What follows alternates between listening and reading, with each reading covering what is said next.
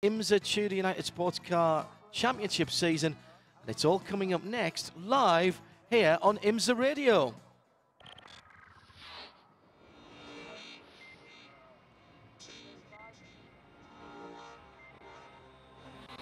The TUDOR United Sports Car Championship on IMSA Radio.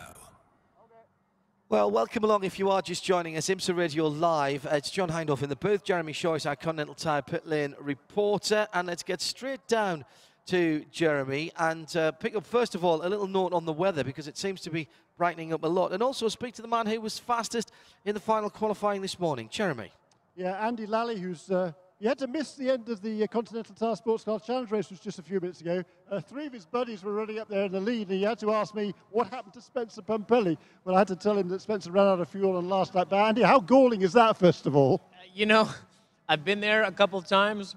Spence, unfortunately, has been there in the exact same corner 4 years ago, running out of gas while he was leading in a different Porsche.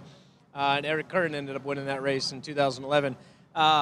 But man, my heart bleeds for him. I've done that at Lime Rock, and I've done that in places where it's cost us shots at a championship. But you know, that's part of the deal. This is a long track, and of all the places we go every year, this is the very last place you want to run out of gas. But feel bad for those guys. Team ATL was running 1, 2, 3 there.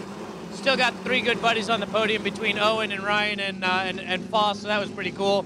Now we're getting set to see what John can do here in qualifying. Yeah, the Magnus Racing Porsche, the Flexbox car, just fired up behind us here.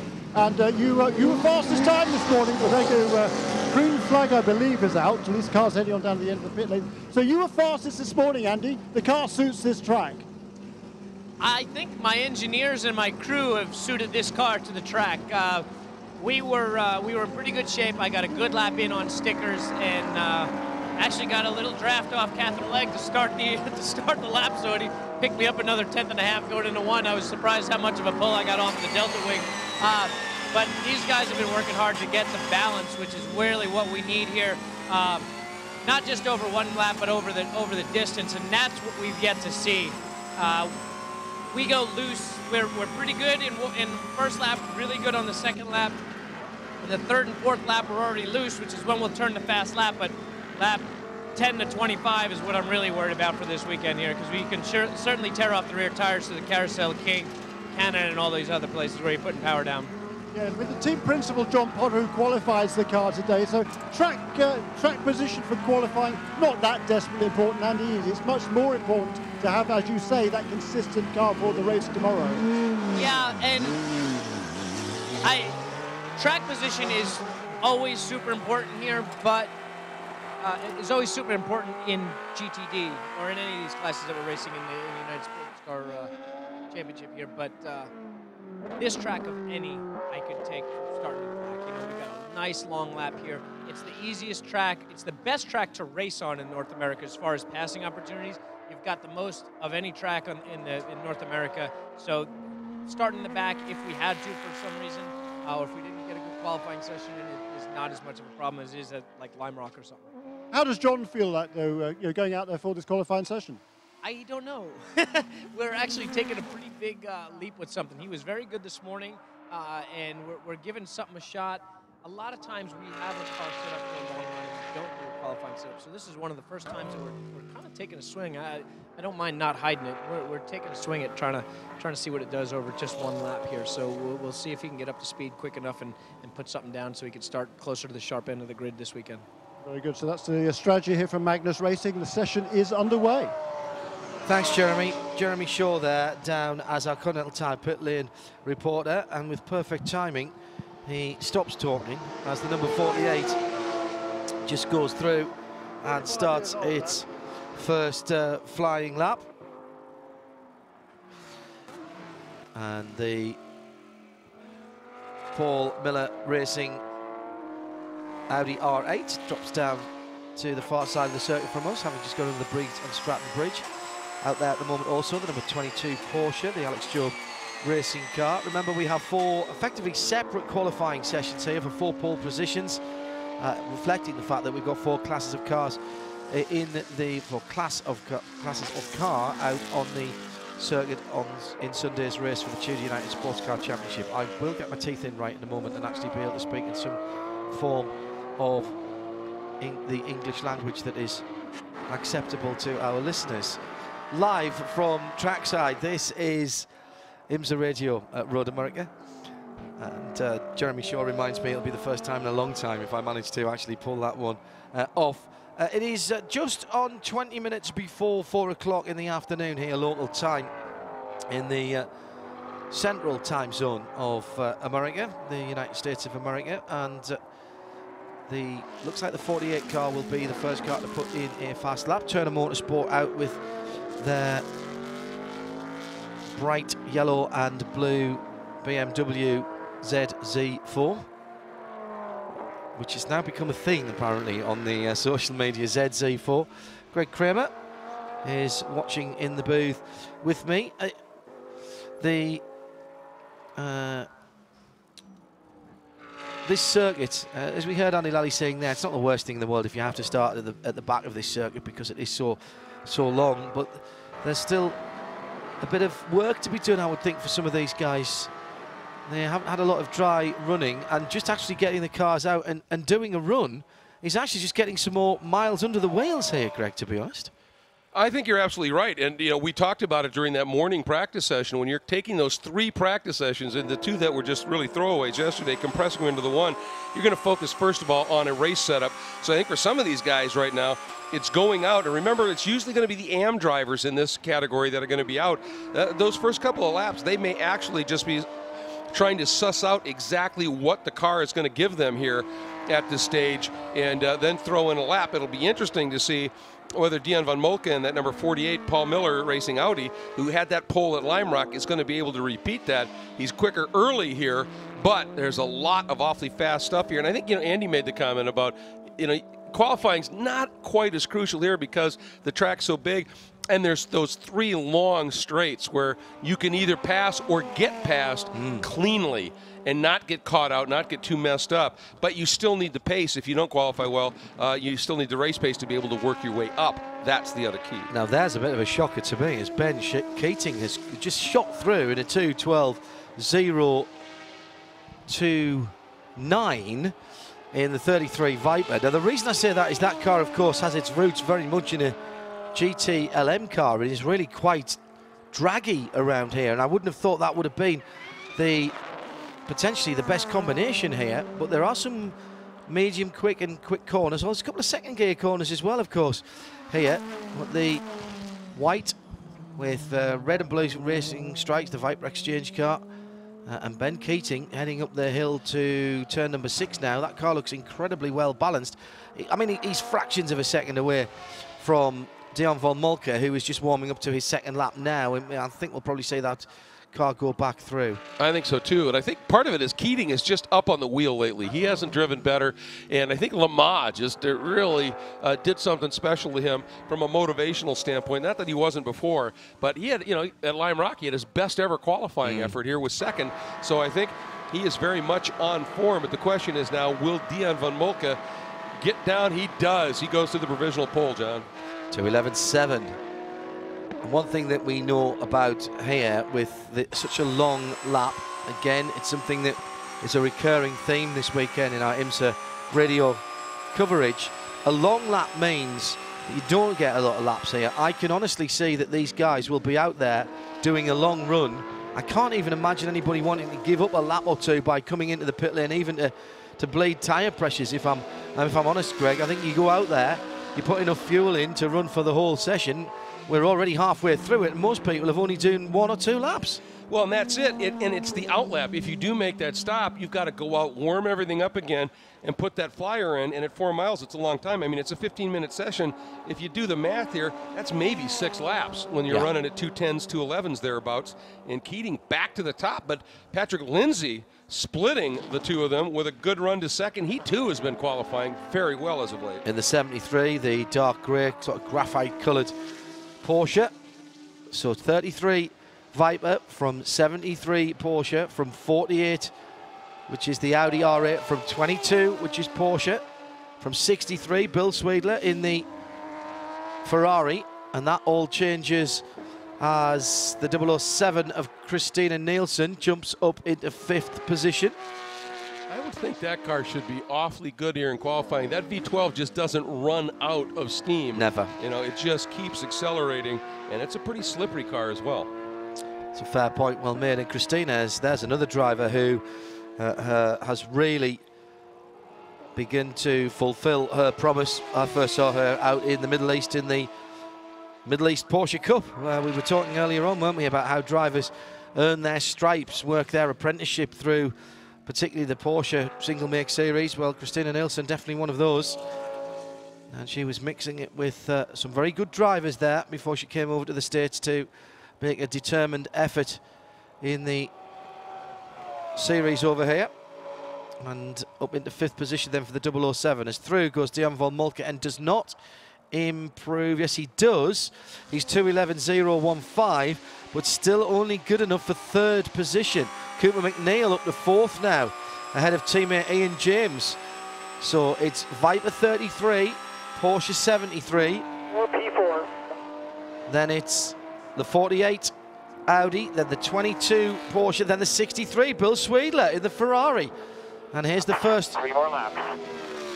Is this the first representative lap by Michael Marcel? No, he stays down in 9th position. 3 more laps, you probably heard that in the background there. So they're going to stay out till the end. I think you've got to, Greg, to be honest. In a 15-minute session, you don't, by the time you've done your out lap, you don't record your first flying lap until 4.5 minutes into the session, do you? Yeah, I think you're absolutely right. There's just no time here with these long laps to duck into the pits and do anything. So you're dancing with the one who brung you here at this point, and dance hard. There's no question about it. Keating turns in he's really cooled it off on that lap, went a 2:24.6. But I think he is back on one here, and it's going to be interesting to see her. Christina Nielsen comes through now at a 2:11.532, jumps to 4th in the 007 Aston Martin.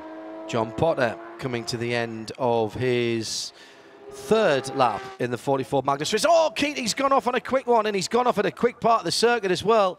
3rd gear right-hander at the bottom of the hill at turn 3.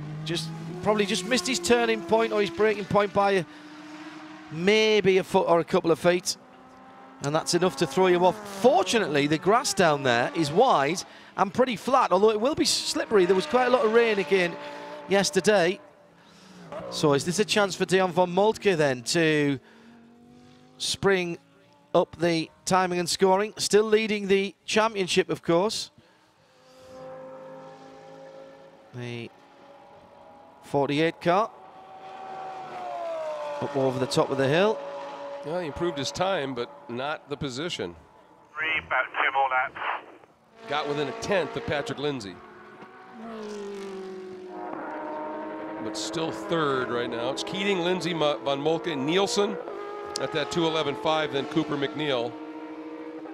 And right now, Dion von Moltke, he and Christopher Haase leading the points in the 007, which is right with them here at this stage of the game, with Christina Nielsen sits 2nd.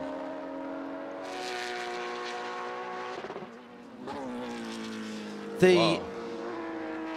What's the qualifying lap record here? The issue, of course, is that in recent times we've seen the drivers who start the car mandated to qualify, or at least the other way around. The driver that qualifies has to start the car. So the GTD is a 9:079 for 113 miles an hour. Back last year, James Davidson that was in the V12 Aston Martin. Boy, and Lindsay's not far off it. To the top for Patrick Lindsay, a 9:370. Well, that is a very good run indeed. 3/10 away from the qualifying record. Here's the Aston Martin. Christina Nielsen goes across the line, a 10.941. That's her quickest lap. Still good enough for 4th. Problem is, there's a bit of a gap between Patrick Lindsay now and everyone else. He's got the better part of his 2nd, Greg, on the rest of the field. Well, and Lindsay's 2:09.3. Remember that the track record, that 2:09 flat, essentially was set by no less a driver than James Davison, who is an absolutely superb shoe. So Lindsay doing an incredible job, but we have seen him. He was very impressive in qualifying at Lime Rock. Remember, he also put the car in pole. Was it at Mazda Raceway, I believe? He has been extremely good in qualifying here, and then has driven some pretty solid opening stints as well. Yeah, that's a very good point. I do think this is an interesting development on the qualifying theme. qualifying driver has to start. There's no choice. Dion von Moltke then comes across the line and goes to second, a 2:10.1. This will be your last time lap. You're a long way off P1, but you've got to keep pushing. And that was Dion von Moltke's team talking to him. 7/10 away, three-quarters of a second away from pole. We've got to keep pushing. Well, he's going to be on the least fuel that he'll have. Just on a minute to go. Who's going to improve? Can Keating find something from the Viper? What about Christina Nielsen? She comes round. She might get another lap after this, you know. There goes the 22. Cooper McNeil doesn't improve. It'll be your last lap. Michael Marcel doesn't improve. Patrick Lindsay's coming to the pits. He thinks he's done enough. Or at least he's not going to put on excellent entry to the pit lane as well. Really quick up the hill and braking very late. Christina Nielsen, will she stay out this time around? Coming down to the final corner. Big bump just before you turn in. She's used all of the curb and a wee bit more. And will be going for the lap. She must feel there's a chance here. The delta on the dashboard must be in the plus, and she will get another lap if she needs it after this one. Nielsen to second, outside of the front row. So it's Porsche from Aston Martin, from Audi, from Viper, 4 different manufacturers, in fact 5, because it's Ferrari in 5th position. And Christina Nielsen continues. She got across the line, Greg, I think, with about 14, 15 seconds to go. She absolutely did. So this one will count. And we're waiting for Dion von Moltke as well, as the lap he's on certainly will count. And he had improved his time. Oh, and Keating, while we're talking, John, slips through into second at a 2-minute 9.488 in that 33 O'Reilly Motorsports Dodge Viper SRT. So this is far from done. And he gets another lap as well. He nipped across the line in second place just before the checkered flag came out. Tani Corthell is waving the checkered flag in front of us, so this will be the last one for the Audi across the line, and von Moltke does not improve. Checkered flag, P4. Boy, it's interesting. Keating's repeating the form he showed at Lime Rock when he went out, had a great lap. Then von Moltke went and got the pole. Keating went after it again, ended up with an off, and then came through and just missed the pole. Ben Keating down at turn number 8, just before the carousel, underneath the Johnsonville Speedville Bridge. God, that's been here a few years now, hasn't Boy, it? it has. I love that about this circuit. Let's quickly go down to Jeremy Shaw, who is with Patrick Lindsay, who came into the pits. His job is done. He's waiting for other people, Jeremy. Yes, and how nerve-wracking is this? I'm not going to ask you anything else other than how nerve-wracking is this, Patrick Lindsay? It's not. I'm comfortable with what I did. There was nothing else, so that's why I came in. If I thought there was something else, I would have stayed out, but that was it. So that was a pretty good lap, huh? That's all I had. That's all the car had. Man, these Park Place guys, they gave us a great car. Spencer told me to make him happy because he just, finished a couple corners from the end in his ST race. But I mean, that was it. That's all I could do for my team. They've done so much for me. That's all I had for him. And I think that might have been the last guy that's likely to take this pole away from you, Patrick. So at the risk of being premature, sensational job. You're driving quite beautifully this year. I appreciate that. I mean, it's not always the result we want, but I've been really proud of this team, really proud of Spencer and what we've done. I mean, little things out of our control have bit us from time to time, but we hold our heads high every time that happens, and we go nose to the grindstone. And we've always had fast cars. Our team has always executed on pit road. If equipment fails, it's not their fault. I don't really pay attention to that. But I've just been insanely proud of these guys every race, and to pay them back a little bit for this is nice. But we have a long race tomorrow too. Yeah, you do have a long race tomorrow. You heard the round of applause here, everybody. That was from within the crew here at Park Place Motorsports. I think the pole is now confirmed, so fabulous job. You've had one pole already this season, so this is the second one. What happened the first time? Just remind me. At Laguna? Yeah, no, we got a pole at Laguna. That was important. That was kind of our home race. I feel like we had cars that could have gotten it done at the other 2 races I qualified, but this was the next chance I had, and I wasn't going to disappoint my guys. They just put together too good of cars. This Park Place team, this Porsche, the support from Porsche Motorsport North America, CTF, Forgeline, everyone has just been too great, and I couldn't let them down again. Fantastic job. I don't know whether Spencer Pumpelly is dangling behind. He's up on the perch here, but fantastic job there by Patrick Lindsay. And what a bit of a little bit of kind of redemption there for Spencer Pumpelly, because he drove his heart out in that last race. Came up just a couple of thimblefuls short of fuel. But what a great effort that was by this whole team to qualify on the pole in GTD. Thank you, Jeremy. Jeremy Shaw down with the pole sitters, the 73 Porsche, and that is not shoddy at all from young Patrick Lindsay. There's a man with a future in this sport. To get within 3/10 of James Davison in the Aston Martin from last year on a circuit that has not changed. In fact, actually the circuit is still rubbering in, to be honest, with the amount of water that we had earlier on. So there's our first pole position that has been settled, and well done to Porsche and to the guys down there. The 73 car, Patrick Lindsay will start that car tomorrow from Ben Keating by just over 1/10 of a second in the 33 Viper. 007 of Christina Nielsen, and Kuno Whitmer will be in third. The Aston Martin just another 4/10 or so back. 3/4 of a second back. Dion von Moltke just couldn't improve on that 2:10.1 that he threw down relatively early on. Took a couple of tenths off it here and there, but just couldn't make enough up. Then Bill Sweedler will be in fifth, making it 5 different manufacturers. That's the Ferrari 63 in the top 6. And the top 6 made up by the first of the Alex Job cars, the Ian James number 23. We've got GTLM coming up next. But before we get the action on the circuit, it gives us an opportunity to go a little bit back in the day when Giancarlo Fisichella came to see us in the IMSA radio booth here at Road America. And always good, if you've got a chance to speak to someone like Giancarlo, it's always good with someone that has his massive amount of experience to ask him how he feels. So the first question, of course, had to be about the circuit and how he feels about this Road America circuit in Wisconsin. Well, yeah, the driver can make the difference because it's a very challenging circuit. There are lots of high speed and slow speed corners, lots of up and downhill. Obviously, you need to find the good compromise with the car. You need to be comfortable.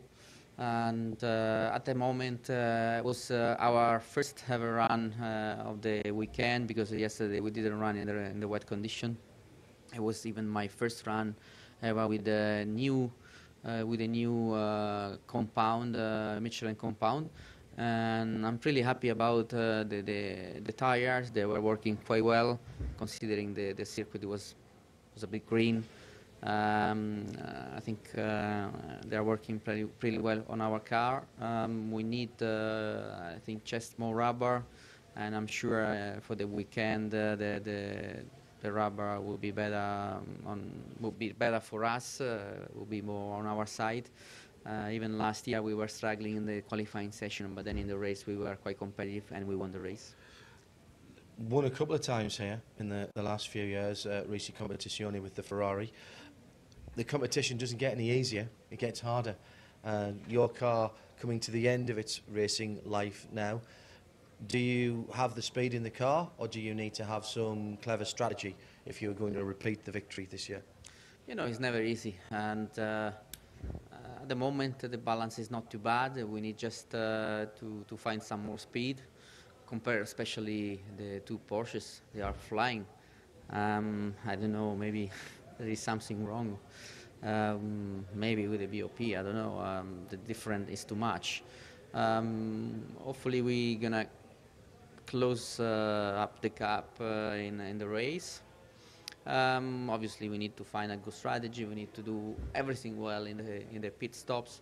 But this is one of the best things of the team. The crew is fantastic, and always they do a fantastic job.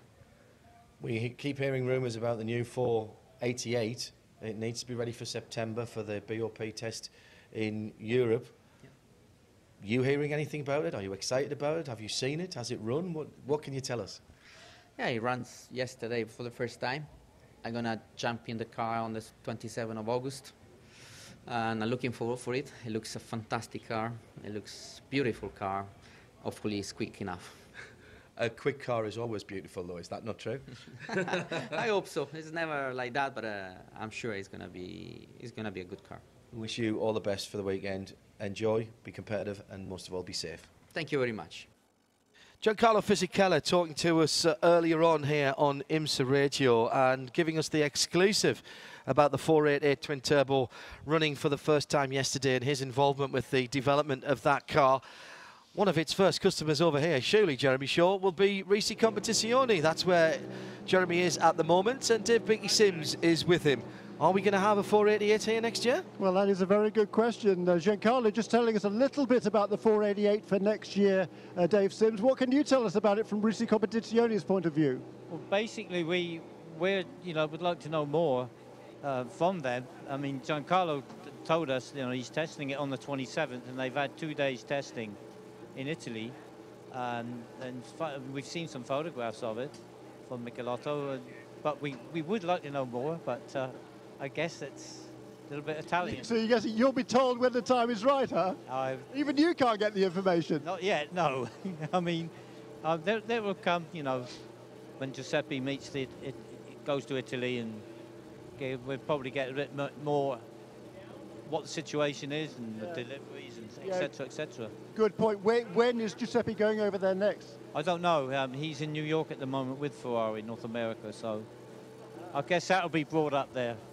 Thanks. That's Dave Simpson, and team manager here. And yeah, there are a few Michelotto people here, but they're more than their job's worth to talk about it, I'm afraid, at this stage, John. So we're going to have to keep asking the questions, and hopefully sooner rather than later we'll get the answers. That, by the way, was a 458 Italia leaving the pit box, ready to get to go out for qualifying.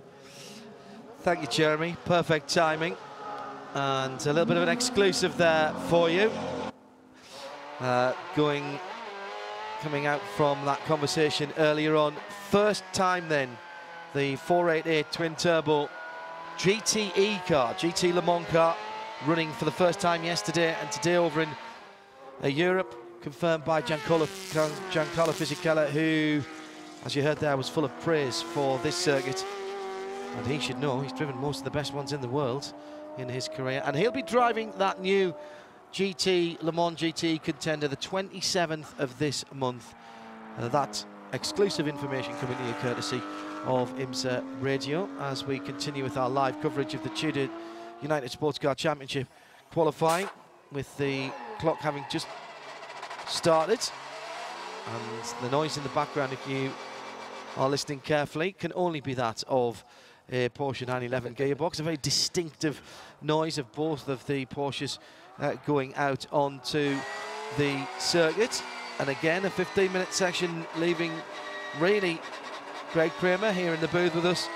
No time for messing about and fiddling. You've got to get out there and do the business before we start seeing these laps coming in. I thought that was interesting what we heard from Giancarlo.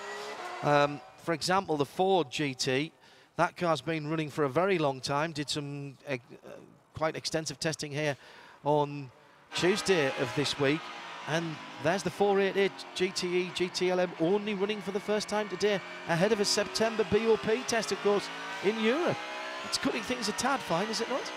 I would certainly think so. Just because you're just compressing your ability, if you do have some sort of an issue, to work through it and solve that. And as you said before, that key test that you're talking about. So, yeah, it's developing a brand new platform, which I'm sure all of these Ferrari teams are just antsy and chomping at the bit to get, because the 458 has been an absolutely great weapon. It is a glorious, glorious car on so many levels, but it's just a little long in the tooth right now. So that's a big thing. And for this GTLM qualifying, its first car coming by after that rush to get out is indeed the number 62 Ferrari. Remember, in this morning's practice, but both Patrick Pillet and Earl Bamber were sub-track record in that practice. So, with the conditions out there right now, I think that 203.7 from John Edwards last year is going to get pretty well trounced. The pro drivers out in the GT Le Mans class, the pro category of GT racing here. I say the 458 was a real return to form for Ferrari after a few street cars that were less than pretty, in my opinion. And there will always be people who will look at a Ferrari and think it has some charms to it. But I thought the 458 was a real return to form, and as a race car, what a career that car has had in both GTE and GT3 forms. In fact, the GTE, I'm not sure how many they've built the GTEs, but it's a lot. GT3s, excuse me. It's a lot. It almost took over, really, from where Porsche would have been 5 years ago or 10 years ago with that level of car. So let's wait for the first times to come through. It's going to be any time now when we see that Ferrari come back towards us. In now, sunshine on the start-finish line. Streaming in through the windows of our commentary position here, right opposite the start-finish line. 3 starters. Bob Koski, Tani Kothel and Dennis Paul, all enjoying it. I think we've all been pretty lucky because the clouds out there for a while were extremely menacing and nary a drop, so that's just fantastic. Well, while we're waiting for the first laps to come in fact, it'll be the Ferrari who's first back up the hill, and here it comes. So we'll take that time as the Corvettes rumble by, starting their first flying laps. Here's the Risi Competizione Ferrari heading up the hill.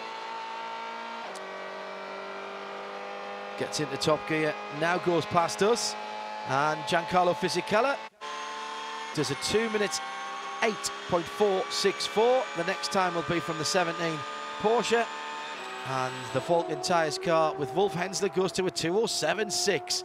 Right, while the fast times are starting to come in, they're going to improve as they go along, I believe. Let's have a quick word with Jeremy Shaw, who is following up on some of the stories from the GTD qualifying a little bit earlier on. Jeremy? Yeah, really good effort from Christina Nielsen, qualified third in the 007 Aston Martin. It's a track record holding car, so we know it's a good car, but nice job, Christina.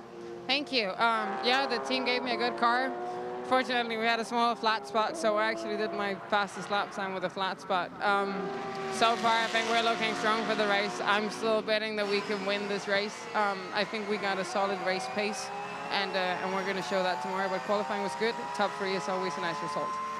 You're allowed to change a tyre, aren't you, before the race and have no penalty, so you should be in good shape there. But you seem to be gelling really well with Kuno Whitmer here.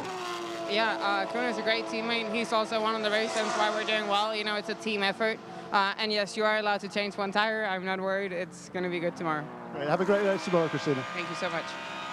Jeremy Shaw down in the pit lane with Christina Nielsen qualifying in 4th position from the GTD category. That's on the outside of row 2. We're coming down towards about half distance, just about a minute or so away from half time. And Bill Oberlin has the fastest time for BMW. I think that's the first time we've seen the BMW on top of the timesheets in GTLM. Bill Oberlin, 2:06.9 from Earl Bamber in the 912 Porsche. That's the number 912 Porsche. Clearly it isn't a 912 Porsche. That'd be interesting.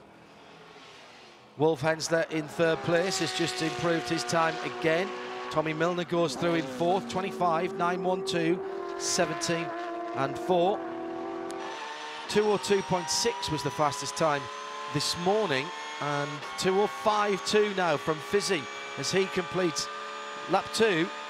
And well, the sun's out now. Jeremy Shaw, is it a bit warmer than it has been for the early part of this week? No, it's a lot warmer all of a sudden, particularly now the sun has come out, as you suggested there. It's still a fair bit of cloud cover here, but it's a lot warmer than it was, and more humid as well than earlier in the day. So whether we'll see those track record times in this session, not quite sure. I'm sure we'll go a good bit quicker than we're going right now, but this should be a pretty interesting session in GTLM, and it'll be interesting to see whether this sun coming out will affect the cars and by how much. Well, through goes the BMW of Bill Oberlin, and his time this time around is his best, and it's a 2:05.980. However, that has been, Greg, completely eclipsed by the Kiwi. And as has the track record, obliterated. Earl Bamber has gone a 2-minute 2.384 second lap. The old track record at 2:03.7. So he's almost a 1.5 seconds underneath the track record. And Jeremy, the sun not affecting that car at all. What a lap by Bamber. Oberlin comes through at a 2:04.9. Yeah, that answers that question, doesn't it? It was actually as the words were coming out your mouth when he went across the line, Jeremy. That was perfect timing. Oberlin up to second then with that 2:04.8. But it's not very often that you see a gap between first and second in GTLM of 2.5 seconds. That's what we have at the moment.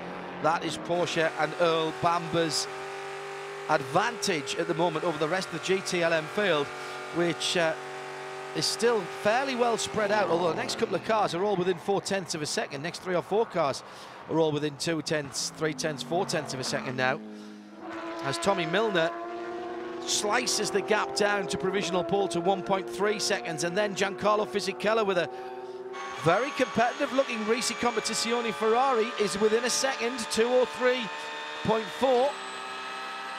That's very interesting. And the wild card here is the number 911 Porsche 911 RSR. Patrick Pillet, remember, in that morning session was faster than Bamber.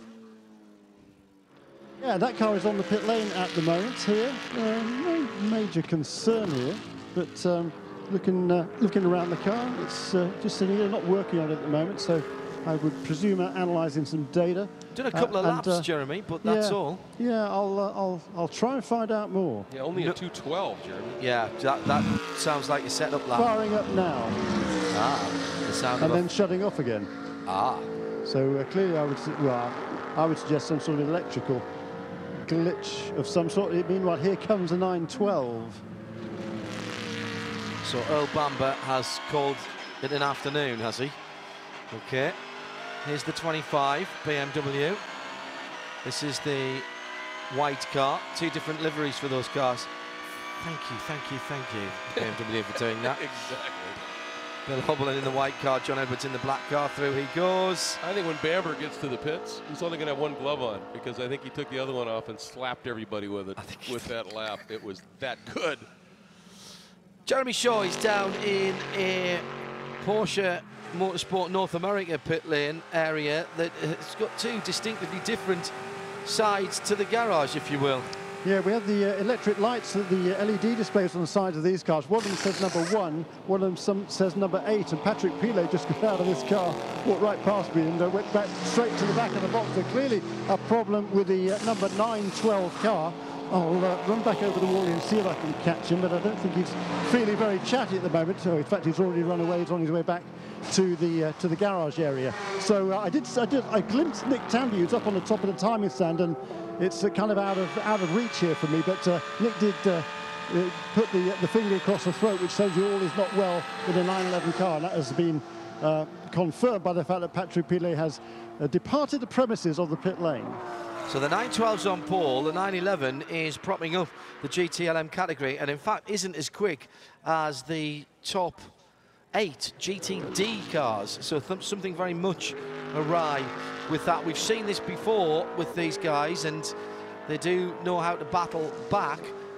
The 24 car comes to the line now. John Edwards, one of only 2 cars that aren't on the new Michelin compound. Michelin has provided its teams, given them the option this weekend of a new compound, medium compound tyre that effectively is a single stint tyre. It's not normal thing that BMW would do, of course. They build tyres for longevity, but with the regulations about fuel and tyres and what you can do during the pit stops here being different to most of the championships, the opportunity to build effectively a single stint tyre has been given to them. And they have done, and everybody bar BMW are on that tyre. So they will start the race on that tyre, of course. That's the point that I'm taking a very long time to get to, Greg, sorry. No, that's quite all right. It was fascinating. Antonio Garcia, by the way, the only other guy now to get underneath the 203 and go to a 202.6. So that margin, which had been huge between Bamber and Fisichella and the rest of the field, has now by Garcia been narrowed down to under 0.3, but he peels off into the pit lane, and he has decided that is good, and that when we look at it here, the top 3 cars all underneath the track record, and actually Tommy Milner's time at 2:03.747 exactly matching what Edwards did last year. Wow. And he's 4th right now. Falcon Tyres Porsche comes up and over the top. Wolf Hensler, 6th place at the moment, has a 2:03.8 to his name and does not improve. So just to go back through that again, I'll try and make it less complicated.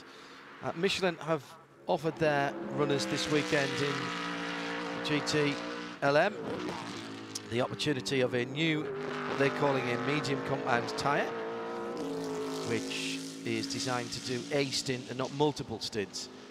Double stinting tyres, not necessarily that important here because of the regulations. You can change tyres and fuel at the same time. So rather than lose track position to the rest of the field. Wishing this will be your last time lap. Good lap by Mr. Edwards. We were just hearing about going to 4th at a 2-minute 3.357. And all the Michelin runners, bar BMW, have elected to run that. We heard Giancarlo Fisichella in the interview earlier saying that they had tried them for the first time earlier on this week. Here comes the 25, Bill Auberland, 7th position at the moment, a 2:04.0. 1 lap to go, last lap. And he P6. does a 2:03.7, so he jumps up to P5. And the number 4 is Tommy Milner, who, will he complete this lap or has he done enough? Should mention as well, if you're joining us for the first time, the Antonio Garcia number 3 car is the car that was crashed at Le Mans. Has been completely rebuilt and refettled, and clearly has lost none of the pace that it had earlier in the season. Quite remarkable, the 3 crew been using the Labra competition car. That now either on its way back or about to be on its way back to Europe. So that's a 2:28 from Garcia that time. He's seen the checkered flag. And Milner actually got underneath the checker with about 5 seconds to spare, so the lap he's on, he just turned his best lap at a 2:03.689 for 5th, and the lap he's on will count if he wants to continue with it. Wolf Hensler is done. Giancarlo Fisichella in the pit lane is done. What about the number 24 BMW? That's John Edwards. Well, he's pushing. There's no doubt about that. That black BMW moving around as he comes through the final corner. A little bit of push, a little bit of understeer coming through there. That just may have scrubbed a half a tenth or a tenth from the time of that BMW from Rahal Letterman Lanigan. And John does his best time, is that? No, he's right there. Yes, it is his best time, but he hasn't improved. Nope. Well, I think there's only Tommy Milner still out there, isn't there? I think you're absolutely right. Yeah, Edwards improved his time by maybe a tenth, so it didn't change position. Oh, I guess we got Mr. Did Auberland get through, did he? I think he did. Oh, yes, he did. He's in front of Milner. Yeah, okay. Here comes Bill Auberland in the 25 BMW now. And then we'll unleash Jeremy on Earl Bamber. No improvement for Bill Auberland. And Tommy Milner then will be the last man out there, coming down towards Canada Corner now. Most of the teams will be watching their competitors. I think Milner's just backed out of it, Jeremy. We'll just confirm. Yeah, there's a little bit of an applause in the background. Let's go down to Jeremy Shaw as Tommy Milner is about to peel off into the pit lane, and we can confirm then Earl Bamber is on pole position for Porsche and the 912 squad. A very, very happy camp here at Porsche Motorsport North America. Earl Bamber, you and new track seem to go together quite well. You did okay at Le Mans, and now you got the pole here at Road America. Yeah, I mean, it was great at Le Mans, but it's great to be here. I mean, everyone's told me that's a fantastic track, and I've really loved it. I mean, the first ever time I turned a wheel on the dry was this morning, and yeah, I like it, I love it. You know, I think the Porsche North America team, they did a great test here a few weeks ago, and you know, they've brought us a great package, so great to start from the front row. A little bit bad luck for our sister car, but I think they'll come through the field as well, so let's hope for a good race tomorrow. Congratulations, Earl, fantastic job. And Jörg Bergmeister is his teammate, of course. He will share the car in tomorrow's race. And Jörg, you've had hardly any laps in the car this weekend. Yeah, I tested here a couple of weeks ago, and already then we knew that we're going to have a really strong package here. Earl did a good job. I get some more laps in the warm-up tomorrow, and then probably going to do the majority of the race. Great stuff. Congratulations on a great effort, great team effort. Yeah, definitely. Tough luck for the 911. They seem to have some issues, but definitely after Mosport, it's a treat. That's Jörg Bergmeister. He will share this car that will start from the pole position in GTLM. Thank you, Jeremy. Jeremy Shaw down in the pit lane for us there. And another Porsche pole position here at Road America. Down through the years, they've done very well here. I seem to remember Jörg Bergmeister loving this place when he was in the early part of his career with Alex Job Racing, wasn't he? Very early on in his career when he first came over. Absolutely. He's one of only three drivers, who have 4 wins. 2 of them are here. Jörg is one of them, and his first win came in the American Le Mans Series in 2002, as you said, in GT. The other driver is Bill Oberlin. He has 4 wins here, but here's a story for you. His first one, 1993 in IMSA GTU competition in the original IMSA series. So Mr. Oberlin, he's been lapping this track in a while. Meanwhile, back down in the Porsche Motorsport North America pit with Patrick Pilet. Joy on one side of the garage, Patrick, not so much on this side. What happened to your car? We have a power problem. I don't know exactly what is it, but we have to stop and I have no lap time. Just I have no power in the car, so we have to check from where is it, and we cannot really touch to the car, so that's why we stop, and we don't want to damage the engine or something. So.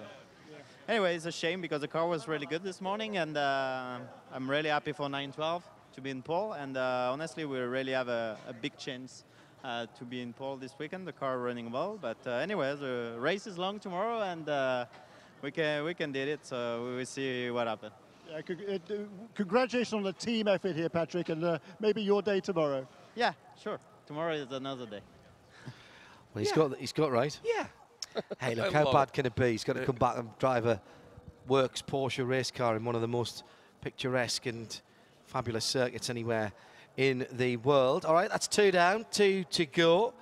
And at the moment, it's a 100% record for Porsche. That's going to be broken in the next one because there's nothing with a Porsche motor coming up in Prototype Challenge, which will be our next set of cars on the track to set their pole position. And the future of that category very much up in the air at the moment. Still waiting to hear from IMSA where that will go. It is the state of the series tonight, and we'll have some exclusive content in Race Day's programme, Race Day's live programme here from Road America to give you all the details from what's been said tonight.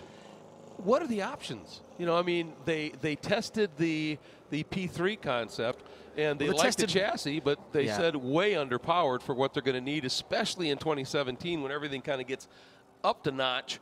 And so where do you go? What's, I mean, what options do you have? What do you think? I think that test, whilst well meant, was not particularly well executed for a number of reasons I won't delve into right now. There's the option to extend the current PCs, and of course Orica are quite keen on doing that. Why wouldn't you be? It's that's a bought and paid for piece of equipment as far as they're concerned. Originally, well, they didn't have to pay for the development of that car. They inherited it when Courage went under, and they've made a very good business model out of that for a very, very long time.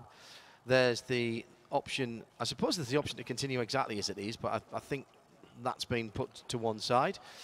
There's the option to run something akin to an LMP2 Lite or an ultra cost capped LMP2 chassis, probably a coupe with a spec engine. I think the spec engine part of it is almost certain to be retained, and also the spec tyre part of it. There's a number of manufacturers who have been registered interest with IMSA, so I'm told. Not any that I'm prepared to mention right here, but a couple that you would think, and a couple of perhaps that you might not. I suppose the other thing is to go something completely and utterly radical, and remember the US DTM concept that was mentioned a few years ago. BMW still very keen on that happening.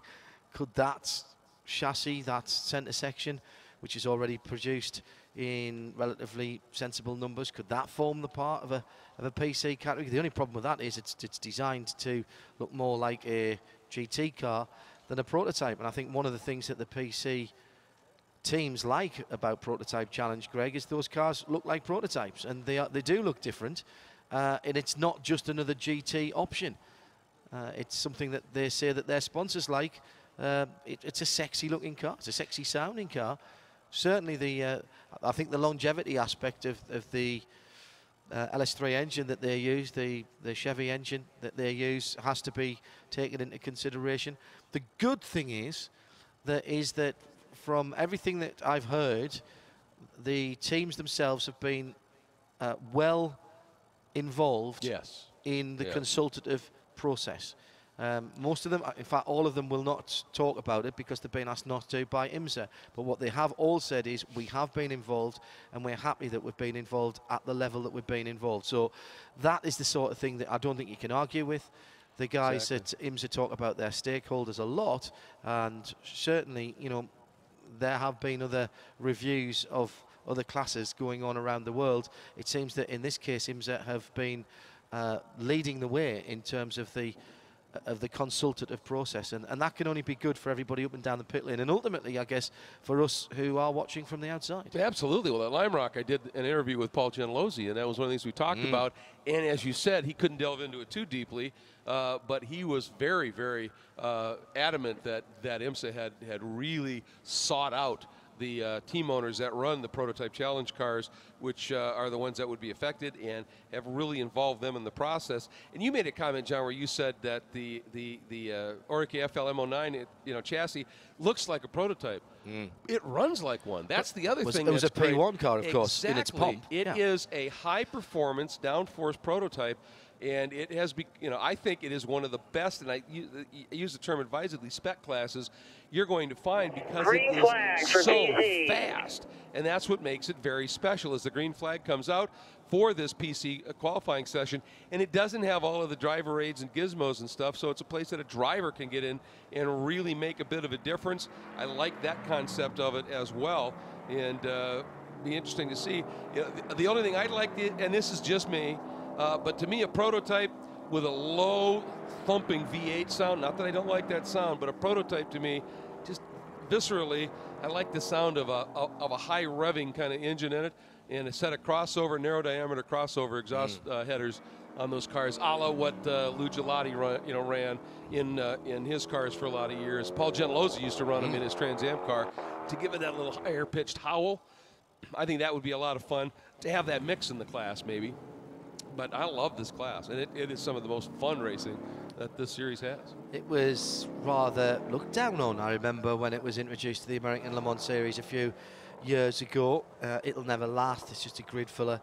Well, it has lasted, and it's provided great entertainment, particularly in qualifying. And these guys were the first of the prototypes in the American Le Mans Series side of the TUDOR United Sports Car Championship to use the Continental tyres, and they just got great results. They went out, as they will do now. These guys will stay out the whole session, because it will be, the opportunity is to be last man across the line will get pole. They just keep getting faster. It's almost like a little qualifying race, isn't it? These 15-minute sessions that they have. And what's more, not only have they developed drivers, but as Jeremy keeps saying, and rightly so, there are teams, there are engineers, and there are sponsors that have come through from being involved in this part in the big show to move up to either full prototypes or to GTLM or to have bigger aspirations, who have been attracted in because of these cars and because of this class. And this type of racing just doesn't exist anywhere else. No, it doesn't. And you take a look simply at that core Autosport PC car. I mean, that team, because of their success in this category, got the attention of Porsche North America. Perfect example. And, I mean, that's what this is all about. So that pretty much says it. And these cars just fly. And, you know, we get the guys that come over from Indy, the Indy cars, Indy Lights or whatever, that crawl behind the wheel, and you see them and they get out of the car and they go, man, these things are so fast. And that makes it great, great fun indeed. And the other side of it was at Mazda Raceway Laguna Seca was the first of the races where this new concept starting driver has to be the qualifying driver. The first two races, the long distance Daytona and Sebring, they put the pros in, let them qualify. So everybody was going, well, qualifying's been such a show for these guys. What happens now with the amateur drivers? It was spectacular. These guys, it's still the same thing. Extract as much as they can out of the car, and it's been fun. And with Paul Gentilozzi, who is running one of these PC cars. Paul, you've been around the sport a few years. You've done just about everything. But how much fun is this PC category? That's what we're talking about here.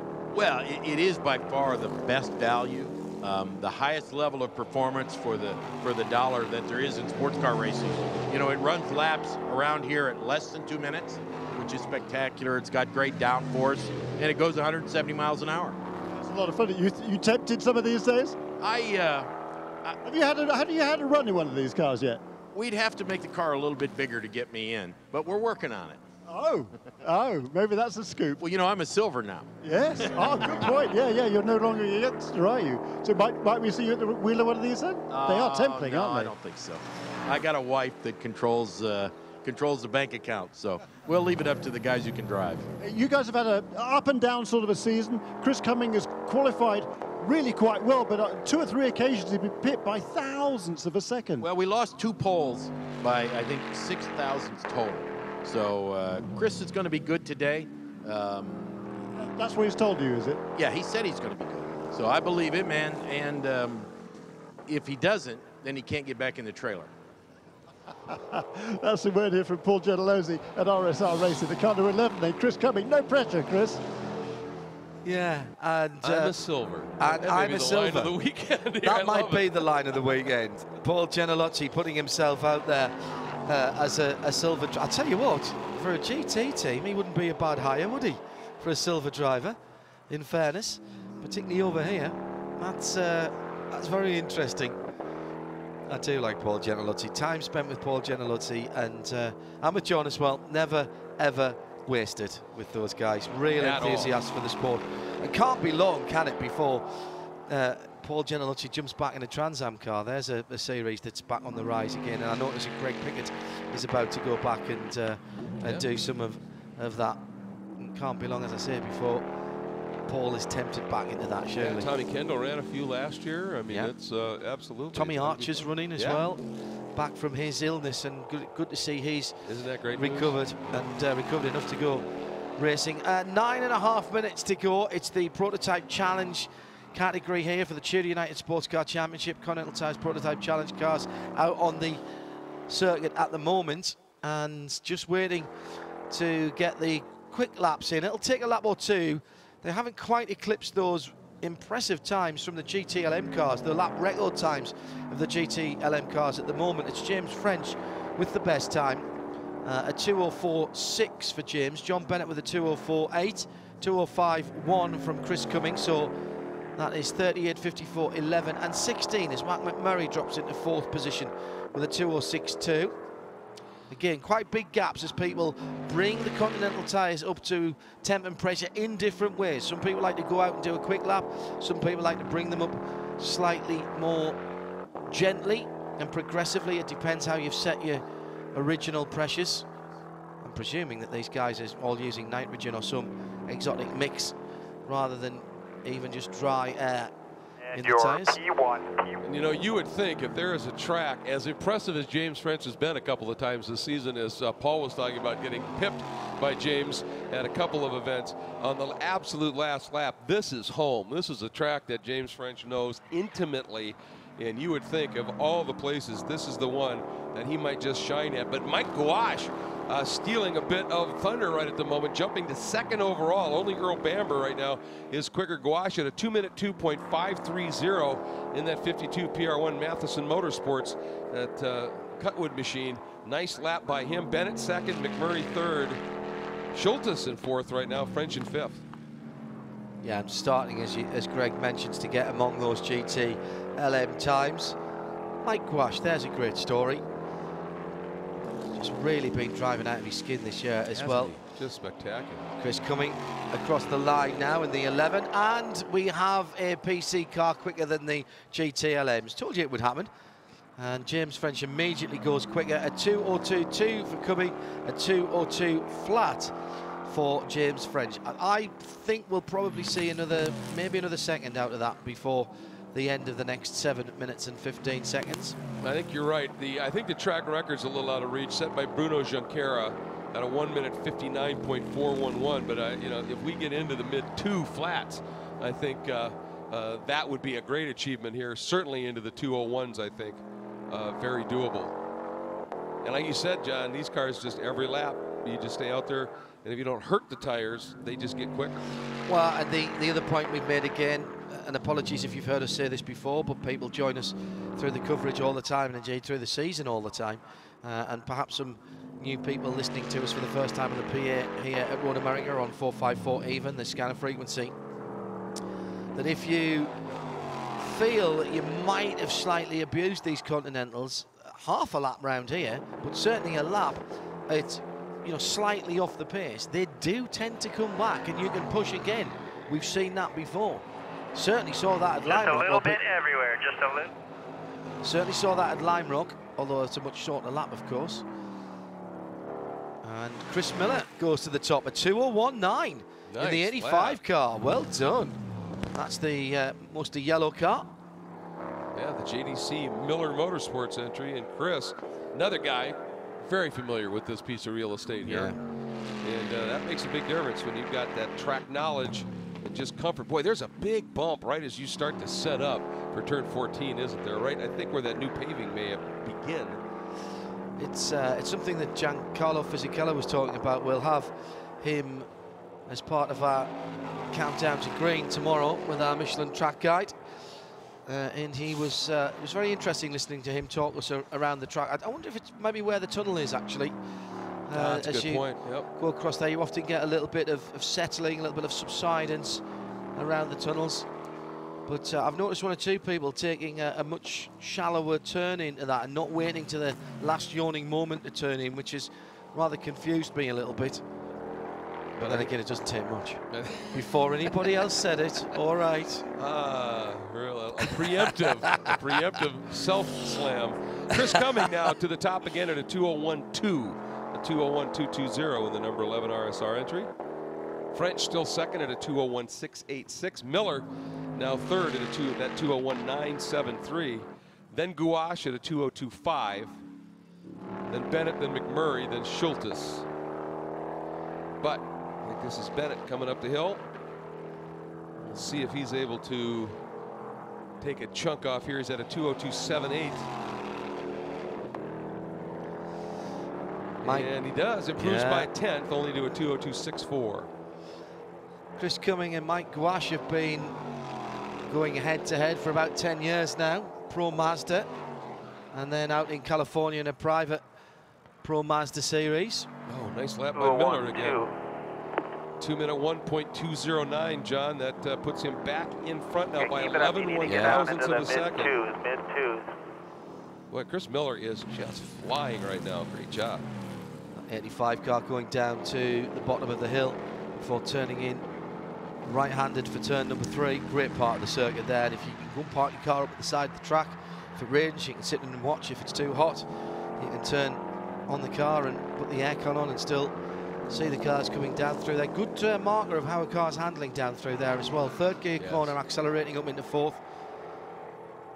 That's where I was watching on Tuesday some of the testing here. Chris Cumming then by 3/10 of a second. Wow, great lap by Cumming. He got down to a 2-minute .443. Oh, hello. A huge jump, and James 3 minutes French to go. follows him through at a 2-minute .813. These two are at it again. 1:59.4. I mean, that's a second. It's only a second away, and I say that, and I mean that. It's only a second away in 4 miles, by the way, from Bruno Junqueira. That's impressive. Bruno Junqueira is sitting watching this, Jeremy. I don't think his qualifying record is in danger here, but they've got a bit closer than I think many people might have expected, these non-pro drivers here. Bruno, we've got the AM drivers here. You're getting pretty close to your track record. Are you impressed? I think the track is very good this year, and they will have more power. So I did on the test 57.6. So that's wow. So the car's working well. He is doing a good job, though, isn't he, Chris? Yeah, the car is very good, and I think Chris is doing a mega job, and I hope he's gonna get the pole today. Yeah, he's certainly got a good tutor here in Bruno Junqueira. 2 more laps. 57.6 in testing. Yeah, well, and that's a good point because they did give these cars, they changed the ride height. Yeah. They gave them, I think it was a new cam profile and made them a little torqueier. I mean, lots that they did this year in the off season leading in here, and it's paying off. So we're going to watch what happens here. Again, a 2-minute .443 for Chris Cumming. And, you know, we were talking about Chris Miller and that JDC Miller Motorsports 85. I wonder if Simpson's pole at Lime Rock just let this team know we can do this. Yeah. Every once in a while, you just get that one absolute breakthrough moment in that lap, and then that first stint in the race when he almost lapped the field. I think it really lit things up. How about this? A 1:59.9 by Chris Cumming. Getting closer. Had a word with Tom Gimber-Smith on Tuesday. They were out here testing as well, and they were very pleased with the results of that. Had a couple of little niggly issues, but yeah, there's a couple of the PC teams over here taking a bit of track time. The gasoline-powered Mazda was out, as was the Ford GT. A couple of the GTD Porsches as well out here, taking a chance to do some laps in relative calm conditions. By the way, French has gone now at a 2-minute .3, so within 4/10 of Cumming, and these are the two that have put those great battles together with absolutely last flashes under the checkered flag, changing it up here, and we're into the final 30 minutes or 30 seconds or so, John. 8/10 between the top four, and Mike Gouache has just pushed himself back up into 4th position ahead of John Bennett. Matt McMurray at the moment sitting down in 6th position. He'll not like that, the young man, but that 16 car has had a troublesome week so far. A couple of offs. And this is going to be your last lap. There was a new nose that had to go on the car. Then there was an oil pressure release valve issue, wasn't there, with that car when it was coming out of the pits yesterday. And then had another off this morning, as Jeremy has just reminded me. Also a bit off the pace, the number 8 car at the moment. Unusual to see Mirko Schultes so far down, and he is 2.7 seconds down. Now, it's a long lap here, so yeah, put that in context, but even so. Boy, and Miller has joined that 2-minute flat group at a 2-minute .749, and he's got a lap that's going to count. Here comes Cumming. This will be his final flash under the checkers. A 1:59.923. What does he do? We wait. 1:59.7. 1:59.7 for Chris Cumming as he goes underneath. And French does it again. No, he has not. A 1:59.658 by James, and he's waving, going, "I'm at home. You're not taking full." No way. And look at Paul Gentilozzi. We just had a shout out at him. Chet is shaking that head again. 52 1/1000. 0.052 of a second, and Jeremy Shaw has to make the dash between the two different pit stalls once again. Not too far for you to run this time, Jeremy, but James French has stolen another one. He's done it again. 1:59.658 for James French. What a remarkable piece of driving and timing. Brent O'Neill is the team owner. He's got another pole position, Jeremy. Well, Brent, that's amazing. Chris Cumming's not going to like you guys, is he? No, he's not. You know, I mean, it takes James a little while to get going. He doesn't have as much experience as most of these guys, but I got to tell you, he really did a good job. You know, it was pretty brilliant that last lap. We told him it was in there. He just had to go find it. And, you know, after the disappointment at Lime Rock, you know, we've had a couple of disappointments, and for Connor to put us P1 overall yesterday, and then today for James to put it on the pole is pretty outstanding for us. Yeah, it certainly is a great effort by this team. And Colin Daly, I know how much fun you're having here at Performance Tech Motorsports. So what did you tell James before this session? To drive really fast, and he did it, so that's good. I mean, we got so little running here in the dry, so it was cool to have a nice baseline setup. I think the best one that we've had so far this season. So it was nice to have. We only got a few laps this morning in the session because we had some issues, but the setup was nice. So obviously it paid off for James, and obviously he does a good job qualifying. So I'm glad we're on pole again. I mean, we can't do any better. So hopefully we can keep it going. You love this racetrack. You've driven here in several other cars in the past, but this was a lot heavier and more powerful than cars you've driven here in the past. How does it, how is it to make that adjustment? Oh, it's not too bad. I mean, this track is just awesome. And I mean, seeing the IndyCar announcement coming back here as well today was so cool because everyone loves this track. I don't think there's anyone that says, you know what, I don't really want to go to Road America, because it's not true. Everyone wants to go here. So just happy to be here, happy to have the chance. And we've got, 2 hours and 40 minutes to try and finally win a race tomorrow. So hopefully we can do it. Yeah, we know Colin Daly's going to do that here. Just coming past us in the pit lane. I'll hang around here now for a couple of minutes, wait for James French to come on down the pit lane. Won't be too long, Jeremy. He's just heading towards you now as another... Got a hat waiting for you. Another great run in the... Thank you very much. Way to do it. Home track. Nice shot. P1 on the side of the car. P1 on the side of the car, yeah. Nice. Jeremy Shaw is right there as James French unplugs himself from his machine, and he will get the pole sitter's hat. And there's a big smile on everybody's face down there, including that of our very own Jeremy Shaw, who we can see. Indeed, and James taking off his gloves here. The helmet will be next, and for a good young guy here who's done a lot of racing, he's driven a lot of different cars here, won a lot of races here, particularly in vintage racing.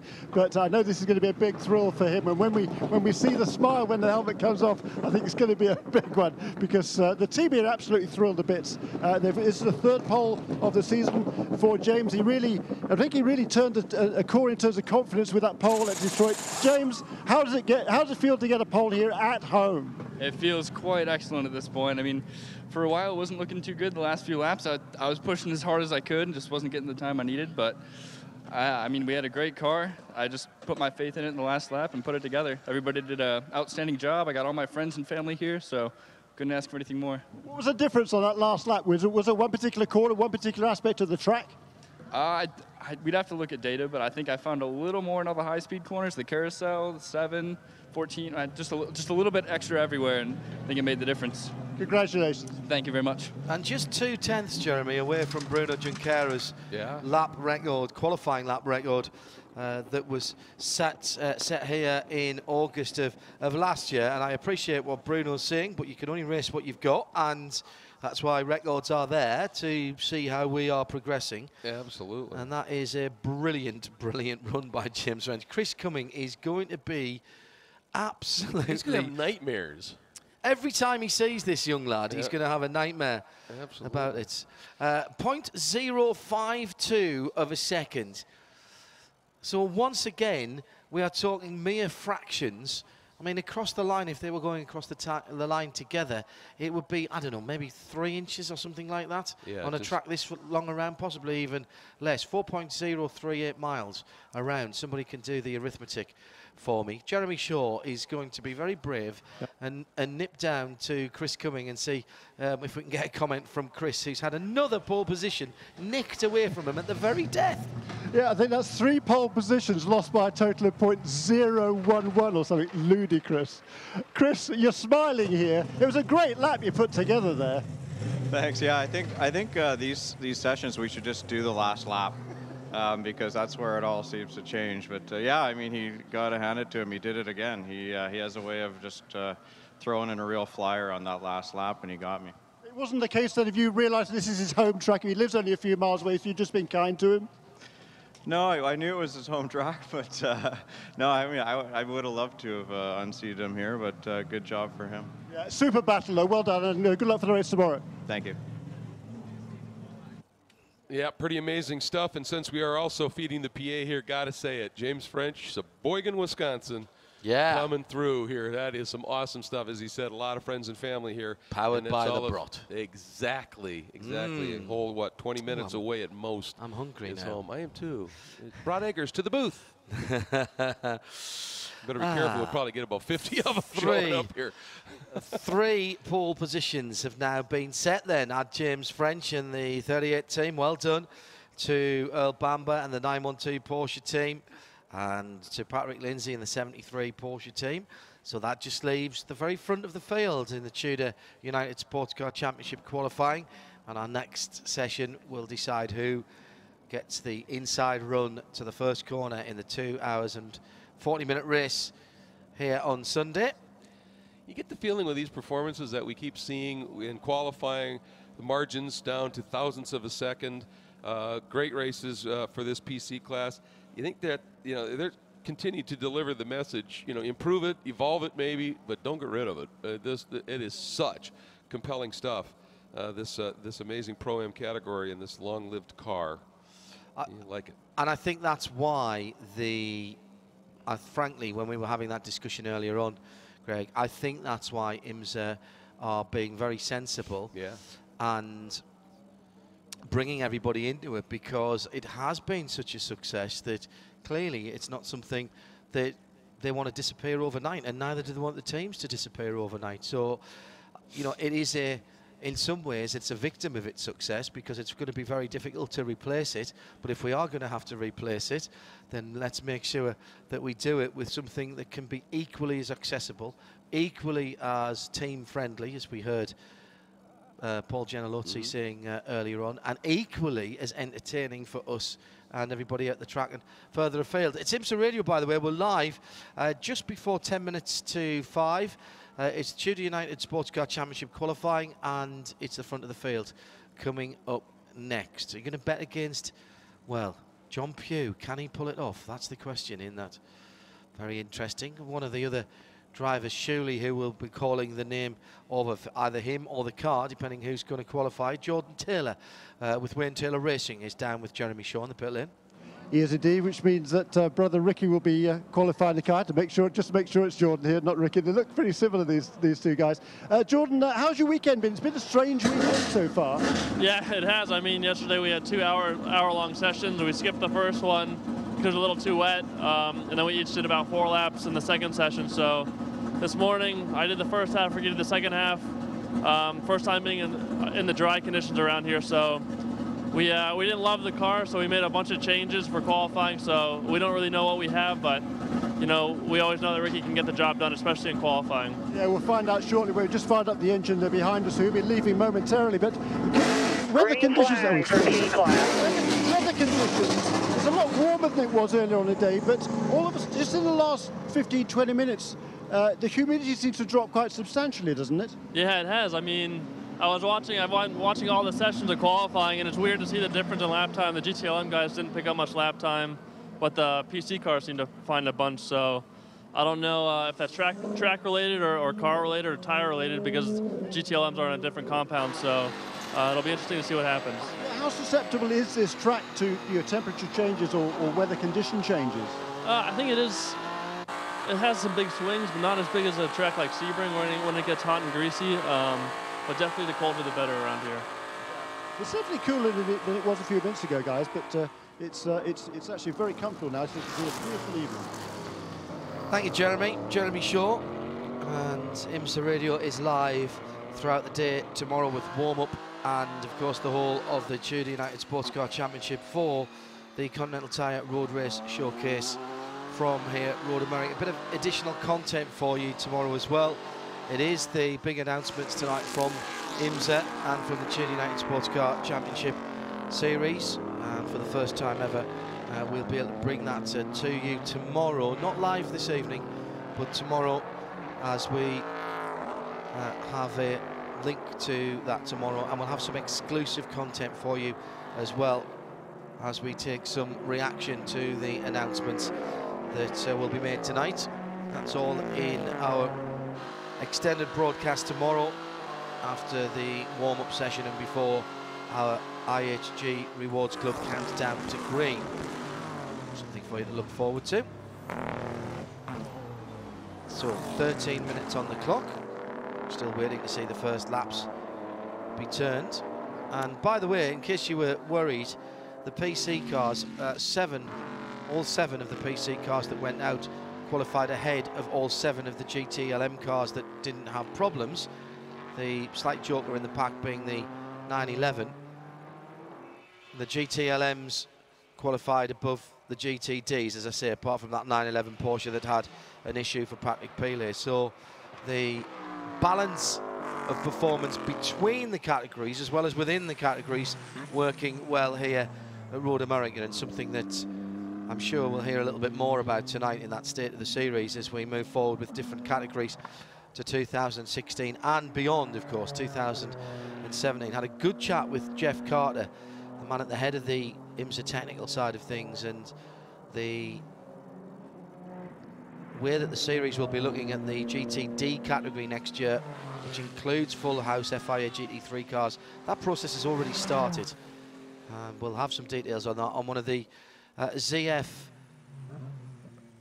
reporter pieces that we have over the weekend. In fact, it was a fan reporter, Patrick Poloni, who asked that question, and Jeff Carter's answer was very revealing indeed. We'll be tweeting those out at IMSA Radio and at Radio Le Mans and Specutainment over the weekend, so they're worth having a look at. So a really good explanation about setting a car up as well from Zach down at Speed Source, the Mazda. Zach Legrand down at Mazda Speed Source. So waiting for these times to come in. Must be great for these drivers in these super quick cars at the front of the field, Greg, to know that for once this weekend they don't have any traffic to deal with. It's just the prototypes that are out there right now. That's why I love this format for qualifying. Is it gives them tons of room, room to roam. You can just wait, find that gap, throw in a lap, completely unimpeded, and that's what qualifying should be about, is just raw speed. And this way, there's no reason you get hung up behind anybody. It's just go for it. And we're going to see the first quick times coming through. It's Michael Valiante completing his first at-speed lap, right to a 2-minute .366. Target time would be Ryan Dial's lap record last year, a 1-minute 55.166 second lap. Will we get there? Don't know. We don't know much because we've only had that one session in any kind of a dry condition. They didn't get close to that time, but I'm sure they were working far more at that point on a race setup on the car, so we'll see what unfolds. And let's keep in mind, John Pugh out there in that P2-derived Ligier chassis, the one issue they have, and with it being kind of cool out there, is it takes longer for those cars to get these Continental tires to come up to temperature because they don't have the weight. Now, they do have better downforce, so if he can get some speed through the carousel, the kink, and the like, that helps. But they just don't have the weight of the DP-based cars, and it just takes this car, the 60 car, a little bit longer to get up to temperature for those tires and thus pressures. Even at a fairly trimmed out circuit in terms of the wing angles like this, still well over 3,000 pounds of downforce being produced by the Lola and by the Ligier, which is a remarkable amount of downforce. When you think that's almost like having a NASCAR sitting on the top of your chassis. I believe we call that serious stick. Yeah. It really is remarkable how much downforce these cars make. And of course the Corvette DPs and that Riley, the Ford EcoBoost Riley, in new trim here for the TUDOR Championship with the diffusers, they make a lot more downforce than they used to when they were strictly Daytona prototype cars, and it shows because they get around here very quickly as well. Valiante now should go to the top, but it'll be which time he sets here to do it. It is effectively, I've just done a quick bit of arithmetic in my head. It's like having a GTLM car sitting on top of your prototype. That's pretty much right, yeah. If you think what they're weighing kilos is about 12 to 1,300 kilos, so 2¼ pounds to the kilo. Joey Hand 01 for the Ford EcoBoost powered DP, a 57.7, 57.8 for Michael Valiante. Memo Rojas in the still improving Delta Wing, a 157.9. These guys were 6 and 7 seconds off the pace on short circuits, that were, what, 3/4 of the length of this, 2/3 at the start of the season. This has been an impressive, very impressive development program for the Delta Wing, and got their first full race finish. Catherine Lake's birthday last time out, wasn't it? At Canadian Tire Motorsport Park. Memo Rosas is going to have to lie about his date of birth and say it's his this weekend. Exactly. Carry on the run. Boy, I'll tell you, that was a great lap, a 57.9 for that car. And, I think, when the series allowed them to just put a little bit of aero bit on the nose of that car, they just had this push that was they were struggling with. That helped. And you know, Kate Crawford coming on board too, along with Tim Keene. Those two just seem to work together incredibly well, and that car has made some significant gains. And they've solved the gearbox issue. The communication, the electronics still is a little bit of a weak link, but as you said, at Mosport, it all came together. Oh, did it ever? Did it ever? Valiante then coming to the end of his lap as Christian Fittipaldi pops up into second. He's the first one to complete the lap of these guys at the front end of the field. We're down to just under 7 minutes, so half the session gone. And Fittipaldi 1:57.7, good enough for second place at the moment. 0.062 of a second away from Joey Hand, and Valiante goes to provisional pole.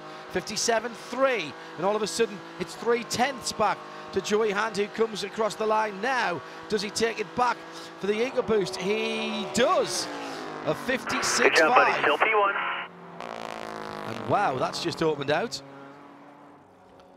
Yeah, Hand, Valiante, Taylor, Fittipaldi, Rojas coming through. He had a 57.9. He backed way off on that lap.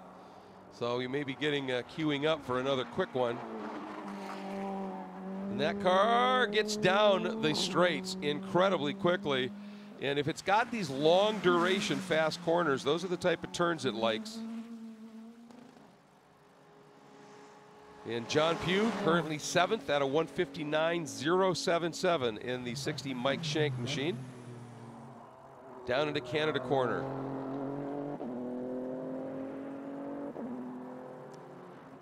Up through the Billy Mitchell turn. You climb from Canada corner up that long left-hander with the blind approach.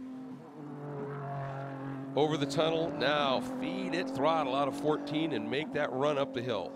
Really dragging the cars back, everybody, from the left-hand side to avoid falling off the end of that additional bit of curb that's there. There is some grass creek there, but there's quite a big hole, and I understand why they're doing that. John Pugh then 7th position, 1:58.5. You do not want to catch a rear wheel in that as you come off that final corner, do you, Greg? No, and Fittipaldi almost did. He was right on the edge, almost dropped his lefts off that curbing, and turned in his best lap at a 57.174, but still 0.6 off that lap by Joey Hand. And you wonder here for Joey, you know, it's warmer than it has been, but it's still pretty cool out there comparatively, and that is a turbo in that Ford EcoBoost. Cool down, you can. Oh, here he comes again. Does he improve in that 56.531? 31.5, there's plenty of room behind him if you want to cool down here. And they're telling him you can go ahead and cool one down if you want. That's interesting. Telling him that the 31 Action Express car is there if he wants to curl it down. He looked to attack turn 1 pretty strongly as he went through it. That's Joey Hand we're talking about in the 07, by the way. That is the diesel-powered prototype, the Mazda. And that car is another car that has been developed throughout the season, and again they've come on leaps and bounds as well. You can't take that beyond the end of the season, so Mazda already beginning their program of development with the 2-litre P90 petrol engine, the MZRR. Car was testing here on Tuesday. I believe we will see that at the start of next year at the Raw before, and then the Rolex 24 Hours at Daytona. I tell you what, these guys are pushing the limits towards the end of every single curve. They're using every millimetre that they can. Through goes John Pugh. Another improvement, 1:58.210. Steady improvement, faster and faster. And Christian Fittipaldi using all of the exit at 14 again, but this time not quite as close to the edge, not quite as rough a ride. Looked a bit smoother, and he improves, not by a lot, but he goes to a 57.020, still second to Hand's lap. And Valiante just throwing everything at this lap through turn 14. Climbing the hill, currently third at a 57.7. Let's see what he's able to put together here, a 57.1. Delta Wing faster in the run down to T5 according to the speed trap, around about 5 to 6. Good job, buddy, still P1. 5 to 6 miles an hour quicker than anything else. You're good by 6/10. There's time for one more lap. Just improved to a 1:56.452, so Boy, he's got a margin right now of over 0.6 of a second over the rest of the field right now, John. It's a fairly unheard of gap. The guy's just saying to them, you've got one more lap if you want it, but don't push these tyres too hard. But that's because he's got a start on them, let's not forget. Exactly.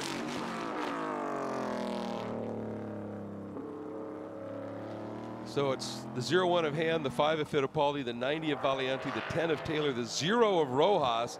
That's a great story in and of itself. The 31 of Kern, the 60 of Pugh, that's your top 7. And then Tom Long is 8th right now, 13th overall in that 07 diesel Mazda Sky Active machine. They'd love to get a 2-minute lap, wouldn't they? Yes, they would. Sure, it's quite there for them today. Led Daytona at the early part of the season on their pit stop strategy and on the amazing fuel mileage from that Sky Active diesel. The amount of work that they've put in to turn a stock block diesel engine into a racing engine, quite remarkable. And they deserve some plaudits for that. They certainly do. Wow, did Fittipaldi pick the throttle up early that time? So Christian Fittipaldi in the Action Express 5, the mainly white car. Here comes the Corvette TP across the line. 57.020 he has. That was a slower lap, apparently. So maybe he was just starting a lap. Yeah, I think he was. I think you're spot on, Greg. He's curled it down a bit, hasn't he? Yeah, I think that's why he picked that throttle up so early. Diamonded 14 just a little bit to get to the throttle just that bit sooner and just give you a little bit more speed to start the lap with. So we'll see how it pays out as we're at 40 seconds to go, and Hand says, I'm done. So a 156.452 by Joey as he brings the 0-1 Ganassi with Felix Sabates, Ford EcoBoost Riley down into pit lane. So it's going to be really interesting to see what Fittipaldi comes up with on this lap. Ricky Taylor in the Wayne Taylor Racing 10, mainly dark grey car with the blue accents down into turn 5. Turn in, pick up the throttle, doesn't use, no, out of it. Yep. He's letting, in fact, lets through, who was that going through? It was Valiante, wasn't it? Yes. That was really heads-up driving from Ricky there. Came out of turn 5 and realised that he has got no chance of it as Tani Kothel waves the checker just across to our left. Well, and remember when Jeremy talked to Jordan, they said they threw a bunch of changes at that car. After that session, he said, we don't know what it's going to do for us. And I think at this stage, they may have accepted it's not quite there. John Pugh finishes on a 157.5 and heads up into 5th position. Great last lap. Now, Fittipaldi out of the final corner. Once again, he uses all of the exit and a wee bit more. Here. Comes to the line, needs to find half a second or thereabouts to take away pole position from Joey Hand. And he does a 57.044, so he's not there. And Joey Hand has nicked pole position for the 0-1, and the Ford EcoBoost Power has done it. Well, well. Interesting. What a great development here. Valiante, apparently, he too decided that lap was not going to work after Taylor had let him through.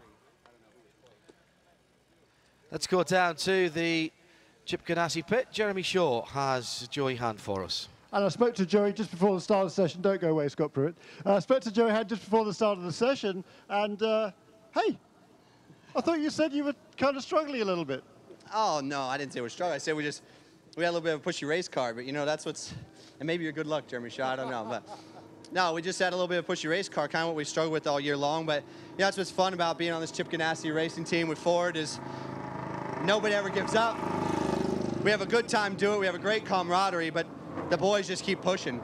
You know, these guys haven't won so many races and championships for no reason. You know, I mean, you just can't get them down. So, yeah, it's just fun. This was a much more fun car for me to drive. I only did like 4 or 5 laps this morning in the dry, and so I didn't know what to expect, to be honest. But I love Road America. I told you I love the lap at Road America here, and I especially love all the fans here. This is just a great race, especially because of fans. I love all the campers and all that, but really excited. I guess we stayed P1, so that's a good day for me. I don't know when the last time I I qualified at IMSA and got a pole. So. Well, that's the whole point. This is certainly your first pole in the since the advent of TUDOR United Sports Car Championship last year. So yeah, that's got to feel good too. Yeah, it's fun. I mean, yeah. I mean, when you're driving with the master Scott Pruitt, it's fun to. He's been qualifying a lot this year, but we switched it up and. You know, you just never know. I mean, he does such a good job qualifying. I'm always like, man, we took a car that probably shouldn't have been second, and he's second. And so I want to stay on pace with that, you know, and make sure that, you know, I did what these boys do and work hard and put on a show. Two Californians here, Scott Pruitt. Joey did a pretty good job there for a youngster. He did a great job. I mean, couldn't be more proud of Joey and the whole Ganassi operation. I mean, we've been working hard. I mean, all the Ford guys with the EcoBoost program and all the Ganassi boys. I mean, every week we're working on things, trying to make it better. We've been slowly kind of moving our way up the grid. And you know, now to have Joey go out there and start P1, it's a great way to keep on going. I mean, it's you know, this series is tough. I mean, it's head-to-head with a lot of great guys, and we're at a point now where we're just focused on trying to win races, and hopefully we can have a good run here. I mean, it's like Joey. I love the place, love the fans. Nothing like coming to Elkhart Lake. No, it's wonderful, isn't it? Were you here on Tuesday, by the way, when the Ford GT ran? No, we didn't get here until I think Joey and I rolled in here on Thursday. So. Yeah, so you're concentrating on this for right now, but that is a pretty exciting project as well. It's great to be involved in projects like that, though, isn't it, Scott? It is, especially, I mean, when people hear Ford GT, they think of a lot of great things, a lot of great history, and a lot of excitement that's coming down the road. It's exciting to see what's been taking place. It's exciting to see what happened over at Le Mans with the announcement. And the first race is going to be at the Rolex 24 Daytona. So a lot of exciting things on the GTLM side. And how does it affect what happens here on the prototype side of things for this team? Well, this, you know, everything we're doing not only helps us on the prototype side, but the engine itself, the Ford EcoBoost, everything we're learning on that engine is carried forward to the Ford GT. And so that's one element. You know, we won Sebring, we won the 24 Hours of Daytona. It showed the endurance, the reliability, and the speed. So it's a good way to start. Very cool. So you're going to be the closer tomorrow? I am. I mean, it's going to be exciting. I mean, it's you know, I was real happy with the car this morning. The car was quick. Michael Guerra decided to change things up here a little bit, and you know, we'll see. Roll the dice a little bit. Have fun tomorrow, Scott. Thank you. So 2 poles.